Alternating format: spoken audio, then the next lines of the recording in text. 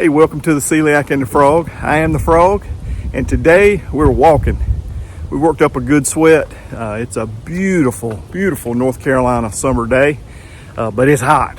And we've been out here for about 45 minutes, and I want to stop and share some things with you. So in this video, we're going to talk about some of the things that are working really well for me for our walking routine, to supplement weight loss and all kinds of stuff. I want to invite you to subscribe to the channel. If you like what we're doing here, hit the little thumbs up button to give the video a like.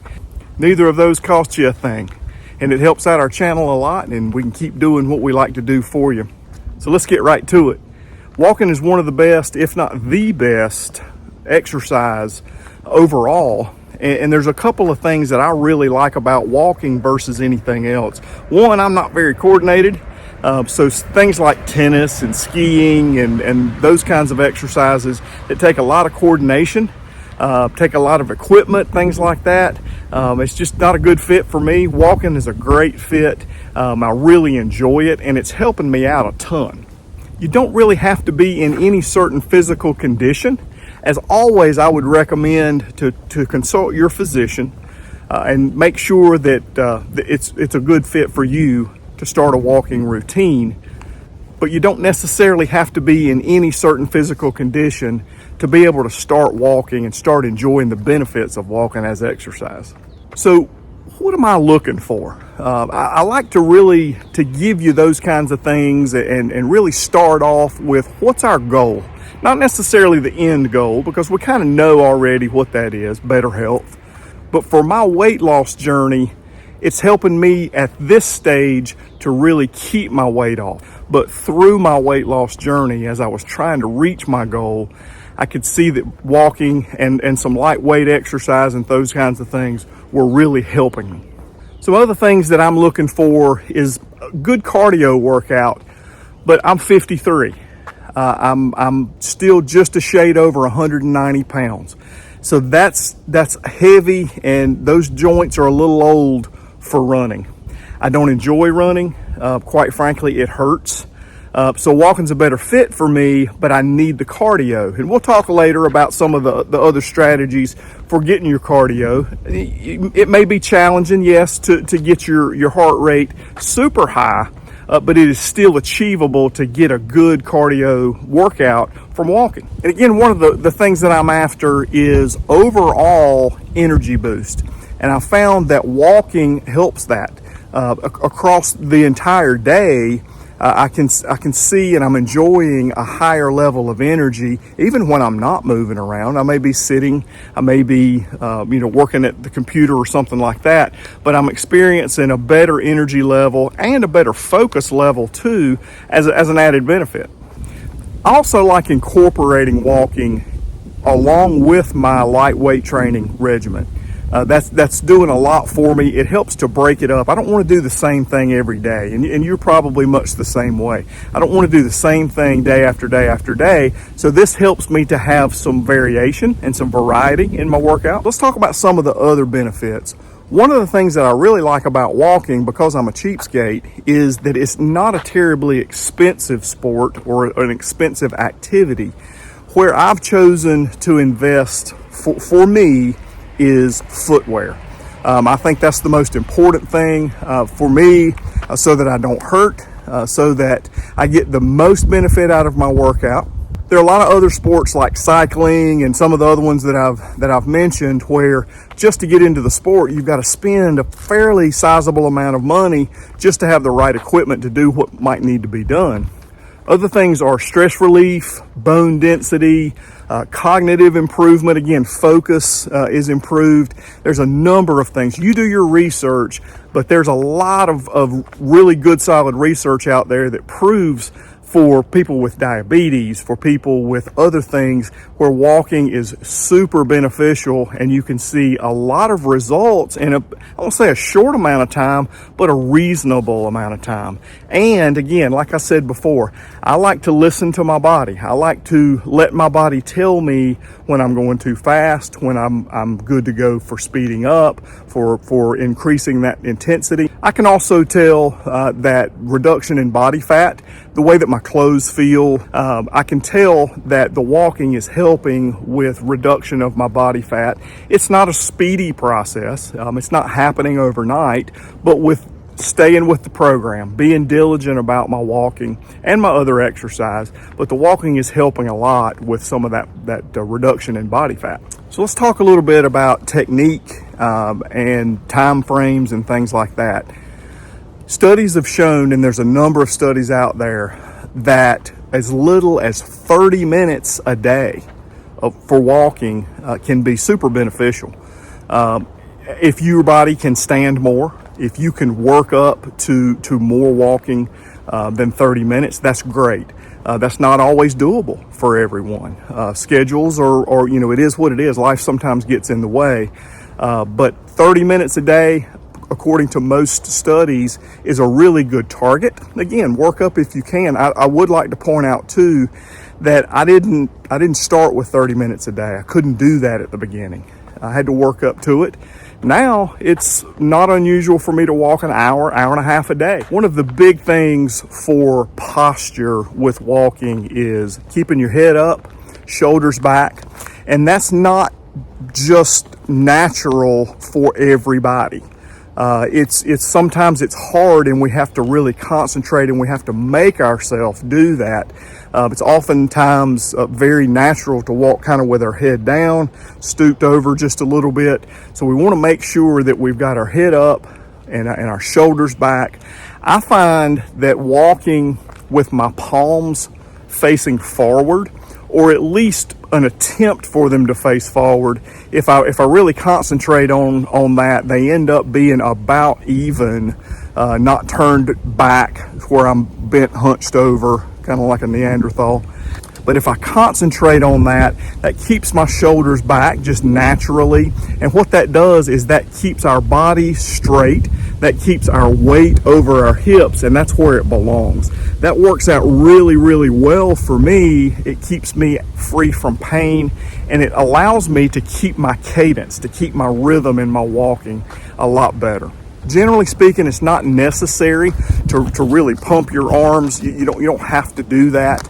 As a matter of fact, most folks would recommend that you don't do that. Just a natural swing of your arms, again, with the rhythm, with the cadence of your body, it is really what is good for me. I find that if I try to swing my arms a lot, that I'm very uncoordinated, as I mentioned. I find that kind of throws my rhythm off. And it works better for me if I just naturally allow my arms to swing. Now, some people don't have that naturally in their stride. And if you're one of those folks, just make sure that you're swinging your arms in a natural type of a rhythm. I don't necessarily use a long stride. I have a natural stride. It's a little bit longer than a slow walk. I'll have a little bit longer stride, but I don't look for a stretching out into a longer stride. What that does is it hurts my hips. It tends to give me shin splints. So again, I listen to my body, and I let my body regulate that stride. I let my body regulate my pace, so that I keep that natural cadence. And when my body is ready to speed up, it'll tell me. And also, when it wants me to slow down, it'll tell me. I'll start getting those little twinges in my knees and my hips.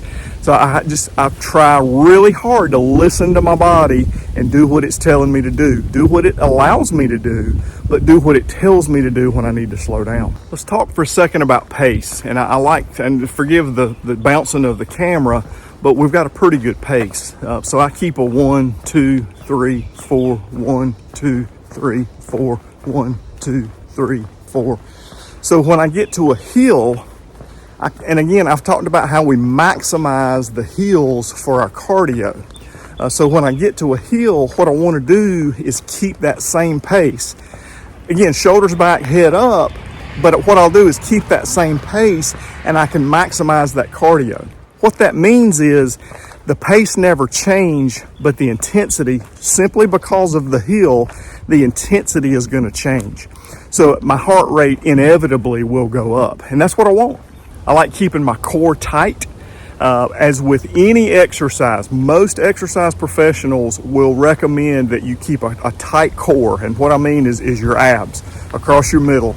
And that what that does in walking, in the walking sequence, what that does is it allows that core to maximize its effort and its benefits of the walking. So walking is a whole body type of an exercise, and it's kind of pivoting off of those core abdominal muscles. So keeping those tight maximizes that workout in that area. I find that when I start walking for the day for that particular exercise, I find that if I start off really easy and I let my body tell me when it's time to speed up, that works better for me instead of trying just to right out of the gate have a fast pace. That doesn't work well. I'll immediately start hurting. And I don't want to do that. So I let my body tell me. So I'll intentionally and concentrate on a slower pace. And then as my body tells me, and it's funny how you can actually feel your body telling you it's time to speed up. Again, most exercise professionals will recommend stretching before working out, any type of workout. And that goes for walking as well.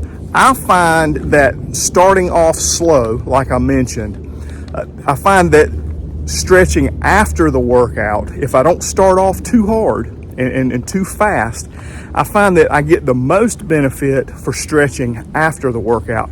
I've tried it both ways. Some people find that walking with someone is very beneficial, and I've talked about in other videos about having a battle buddy for weight loss and for other things.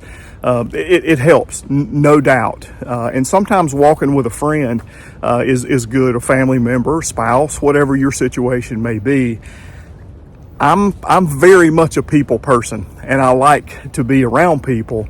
But in my workouts, walking, weight training, either one, I like to do that by myself. I like to listen either to music, book on tape, Audible, one of those types of services.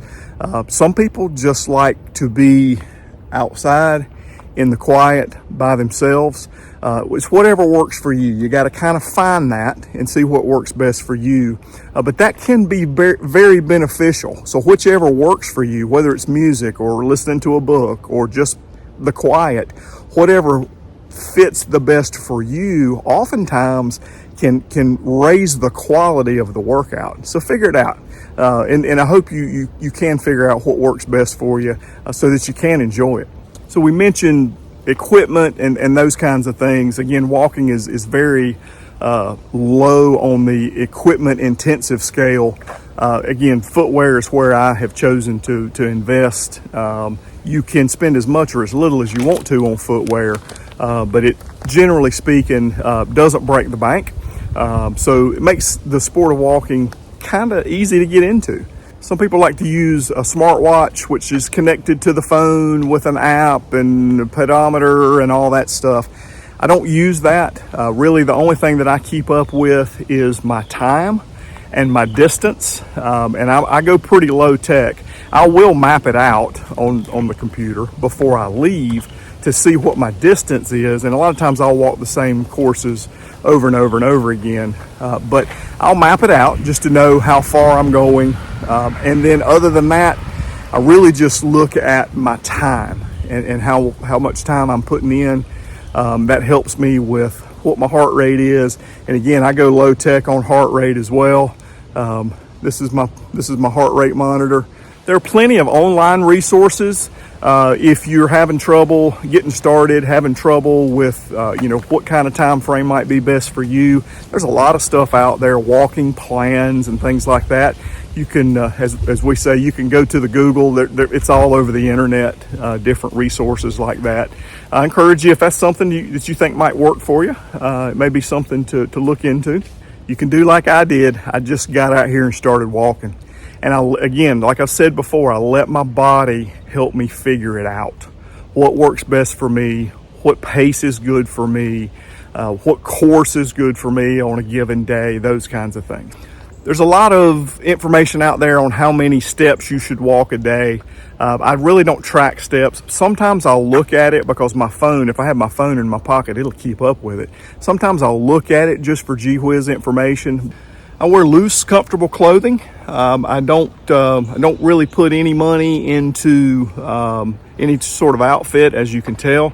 No, the hat and sunglasses will not be for sale on my website. Don't have a website. I know, and I'll apologize for the look of my hat, but you've seen my bald head and I've got to protect it. So again, this North Carolina summer sun, it'll strip the hide right off of you. So gotta keep it. But you know, again, with clothes, I just honestly, comfort is where I try to aim. Location can sometimes be a challenge. If you don't live in an area where there's some good resources and some good areas, sometimes you may have to get in the car. This may be something you have to work at. I am so fortunate and so thankful that the area I live in has this greenway that you see behind me. It's really nice. It goes all the way across town in the area where we live. Not everybody has that. I understand. I've talked to people that say, well, I live on a 2-lane road. There's no sidewalk, anything like that.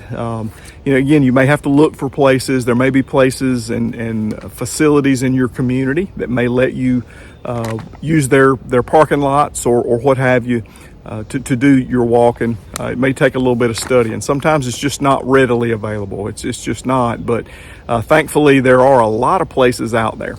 Hey, and don't forget your parks, your state parks, county parks, city parks for trails. I'm about halfway through. This is on a whole nother day. Just a short 30-minute trail walk. They really present a whole different set of challenges. Short hills, steep hills, lots of different things. Don't forget those. And a lot of folks have parks right around them. Very short drive. So don't forget those when you're looking for places to walk. These short hills can really give a good challenge, but you got to be careful. You can overdo it really, really quick on trails. So you got to be careful. Start off slow. Don't overdo it. Don't get too far in the woods that you can't turn around and go back. Take water with you. Those kinds of things. You got to be smart with this kind of walking, because you can overdo it really, really fast and get yourself in trouble. I don't want you to do that, but I just don't want you to leave this out of your research when you start looking for places to walk. Hey, thank you for being with us. Again, like the video. If you like what we're doing, click that little thumbs up button down there. We invite you to subscribe to the channel. You can even ring the little bell so you can get notified for other content. We really appreciate you being here, and we'll see you next time.